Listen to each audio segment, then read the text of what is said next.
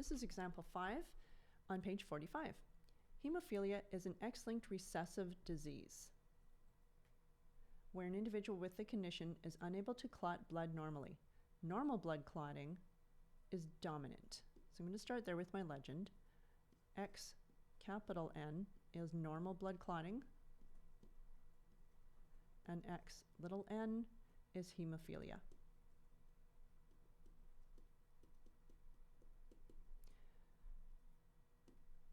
A normal man marries a normal woman whose father had hemophilia. Let's start with the normal man. His genotype is going to be X capital N Y, and the normal woman is going to have X capital N, and because her father had hemophilia, she has to get one of the alleles from him, so her other allele is going to be recessive. What would the genotypes and phenotypes of the children be? Well, let's put the parent genotypes into the Punnett square as gametes. We separate them. It's a monohybrid cross.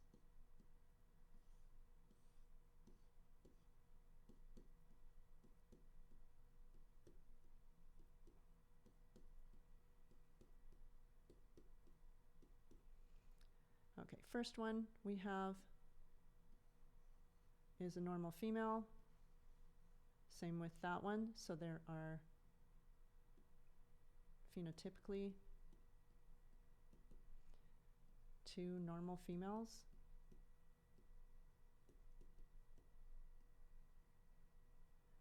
Next we have 1 normal male.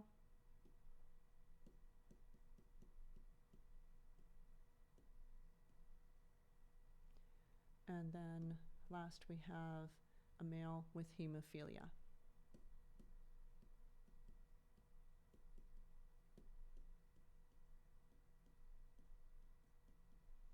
Genotypically, they are all different. So we're going to write the genotypic ratio as 1 to 1 to 1 to 1.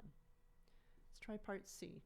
Determine the phenotypic and genotypic ratios for a hemophiliac man who has type O blood. So we'll start there. Hemophiliac man, we know he's going to have X little n in his genotype. And he has type O blood. A woman is carrier for hemophilia, which means she's heterozygous, and has type AB blood. So the woman's genotype is X big N, X little n, IA, IB. Next step is to find the gametes. So our first one is going to be X, N, little I. Second one repeats. Third one we're going to have YI. And then a repeat. So we're going to cross 2 of those out. We only need to use the unique ones. Next, the female. We have X big N, IA, X big N, IB, X little n, IA, and X little n, IB. Next up, we're going to write a Punnett square. So we're going to have a 4 by 2 Punnett square. I'm going to write the female's gametes up here.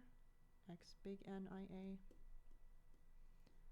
X capital N, IB, X little n, IA, X little n, IB. And the male has an X, N, I, and Y, I.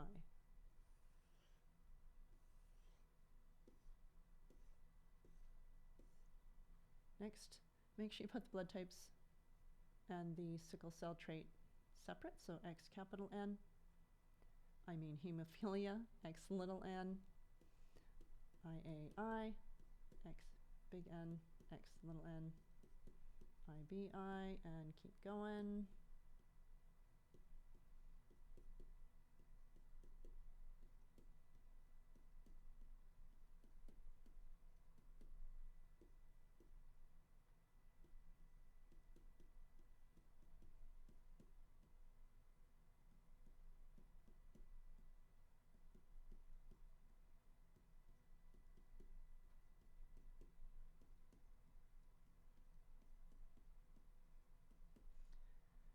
So we want to find out the phenotypic and genotypic ratios. Phenotypically, let's just look at a couple of them here. The first one is a female with type A blood, no hemophilia, so normal blood clotting. Second one, normal female, type B blood. Down here we have normal male, type A blood. None of the phenotypes are the same.